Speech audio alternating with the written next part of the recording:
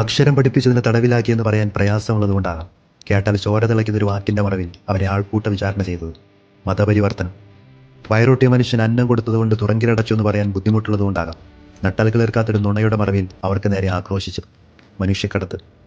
ആതുരാലയത്തെയും പള്ളിക്കൂടത്തെയും ഹൃദയത്തിൽ കലർപ്പില്ലാത്ത, കയ്യിൽ ആയുധമില്ലാത്ത, തിരുവസ്ത്രമിട്ട സന്യസ്തരെയും ഭയപ്പെടുന്നതാണ് നിങ്ങളുടെ പ്രത്യയശാസ്ത്രമെങ്കിലേ അതെന്നോ തോറ്റുപോയി.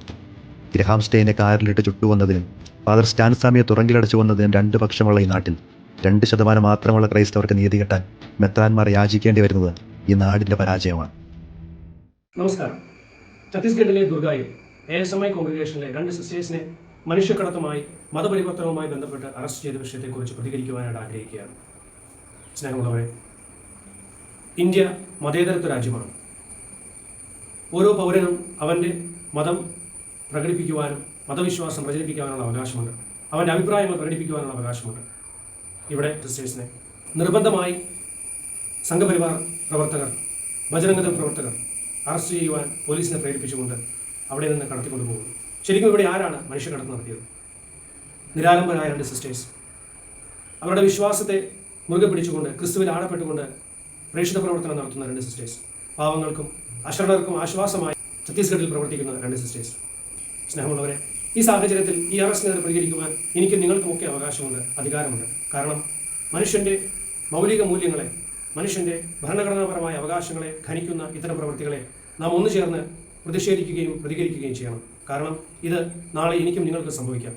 ഒരു പുരോഹിതനായതുകൊണ്ട് മാത്രമല്ല, ഇന്ത്യയിലെ ഒരു സാധാരണ പൗരൻ എന്ന നിലയിൽ ഇതിനെതിരെ പ്രതികരിക്കുവാനായിട്ട് ഞാൻ ആഗ്രഹിക്കുകയാണ്.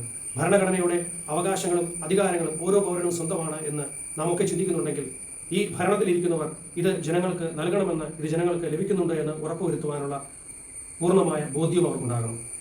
ഓരോ രാഷ്ട്രീയ പാർട്ടികൾക്ക് വേണ്ടിയും ഓരോ മതത്തിൻ്റെതായ തീവ്രമായ മൂല്യങ്ങൾക്ക് വേണ്ടിയും ഭരണഘടനയെ ഹനിക്കുവാനുള്ള അവരുടെ പ്രേരക ശക്തി എന്താണെന്ന് അവർ തന്നെ ചിന്തിക്കണം.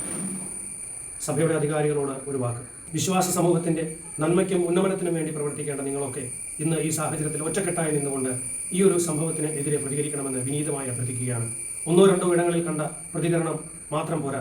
ഒറ്റക്കെട്ടായി ഒരു കൂട്ടായ്മയിൽ സഭ നിലനിൽക്കുന്നുവെങ്കിൽ ആ സഭയോട് ചേർന്ന് എല്ലാ മെത്രാന്മാരും സന്യസ്തരും ആത്മായ സഹോദരങ്ങളും വിശ്വാസജനം മുഴുവൻ ഈ ഒരു സാഹചര്യത്തിനെതിരെ പ്രതികരിക്കണമെന്ന് വിനീതമായി അപേക്ഷിക്കുകയാണ്. പാലാ രൂപതയുടെ ഇടയനായ കല്ലറങ്ങാട്ട് പിതാവ് പ്രതികരിച്ചതുപോലെ മനുഷ്യക്കടത്ത് നടക്കുന്നത് ഭൂമിയിൽ നിന്ന് സ്വർഗത്തിലേക്കാണ്. അത് തങ്ങളുടെ ശുശ്രൂഷയിലൂടെ, സ്നേഹം നിറഞ്ഞ പ്രവൃത്തിയിലൂടെ ഓരോ മനുഷ്യനും ചെയ്യേണ്ടതാണ്. പ്രിയമുള്ള എൻ്റെ സഹോദരങ്ങളെ, ഈ ഹീനമായ, നിന്ദ്യമായ ഈ പ്രവൃത്തിക്കെതിരെ നാം ഒറ്റക്കെട്ടായി ഒരു മനസ്സോടെ പ്രതികരിക്കണമെന്ന് ആഗ്രഹിക്കുകയാണ്.